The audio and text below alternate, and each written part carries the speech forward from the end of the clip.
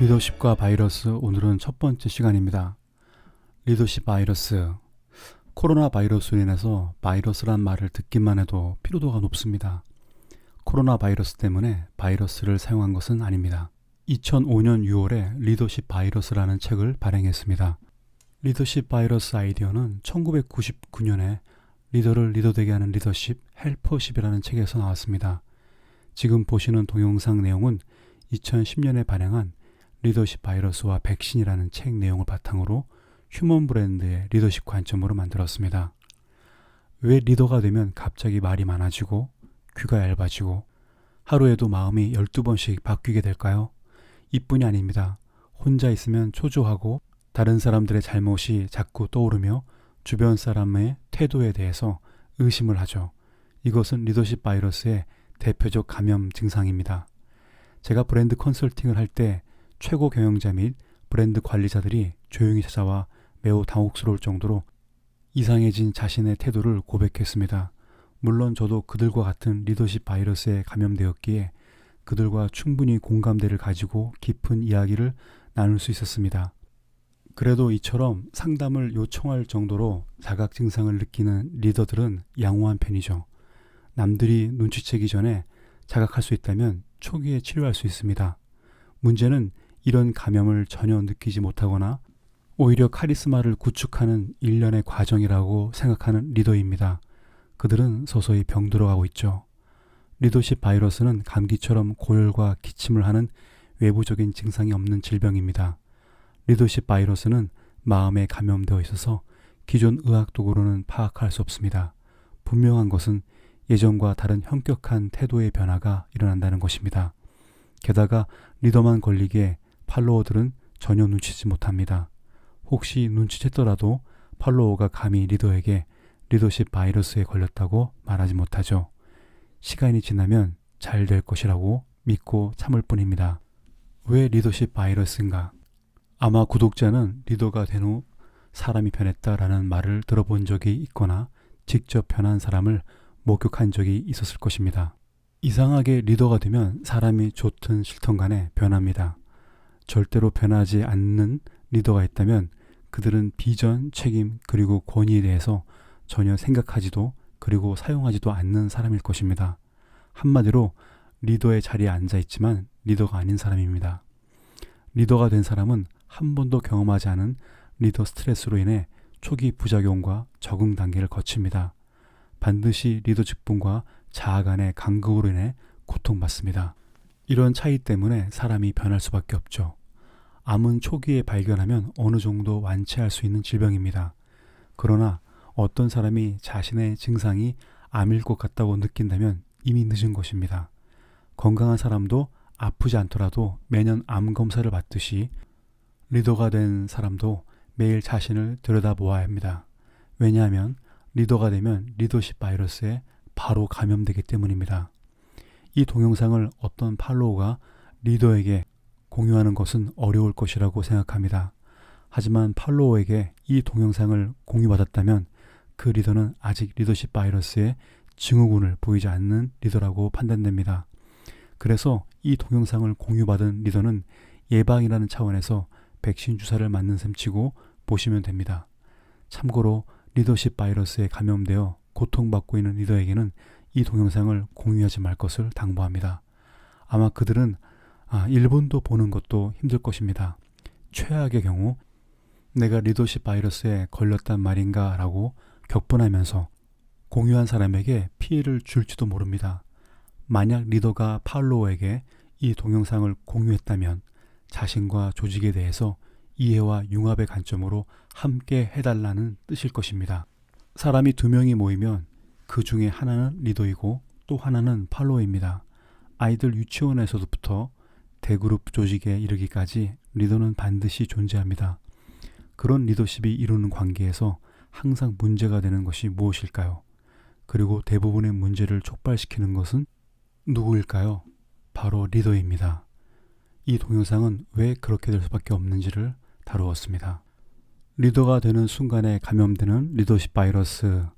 이 아이디어는 1999년 10월 리더를 리더되게 하는 헬퍼십이라는 책을 쓰면서 세상에는 왜 이렇게 리더십 책이 많을까 하는 생각을 하다가 발견한 주제였습니다.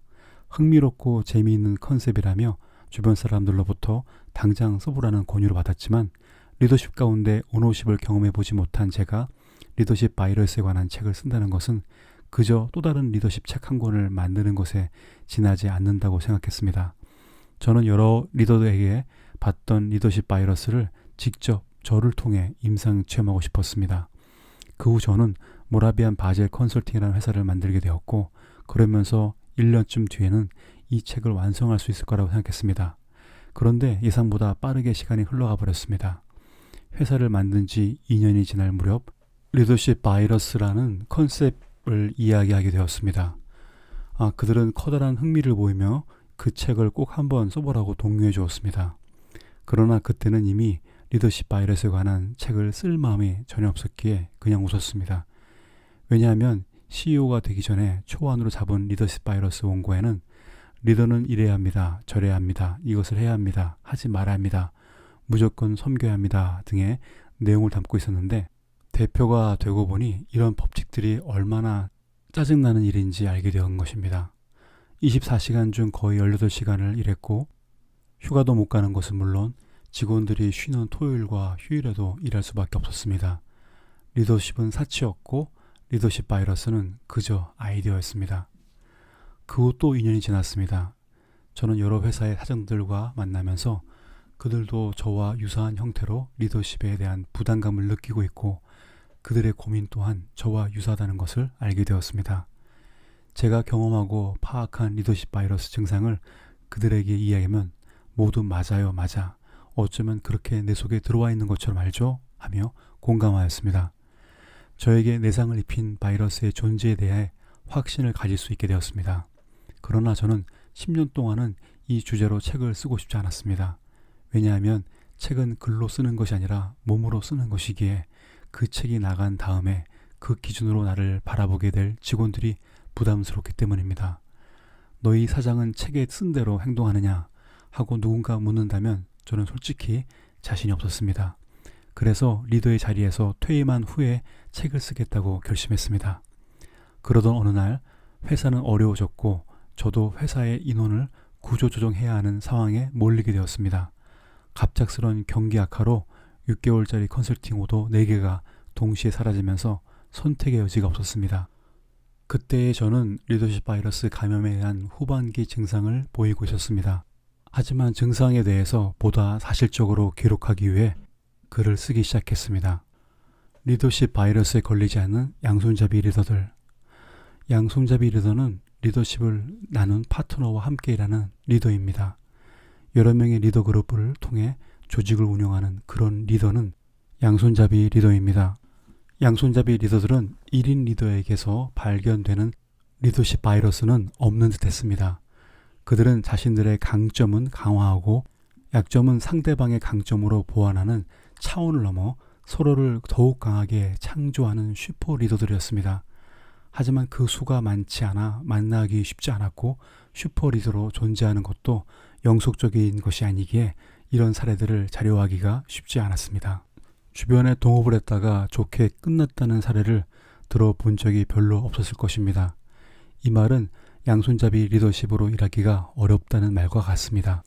그 이유를 궁금해하던 저는 양손잡이 리더십으로 일하는 사람들이 1인 리더가 겪는 리더십 바이러스에는 강하지만 그들을 위협하는 또 다른 리더십 바이러스가 있다는 사실을 발견했습니다.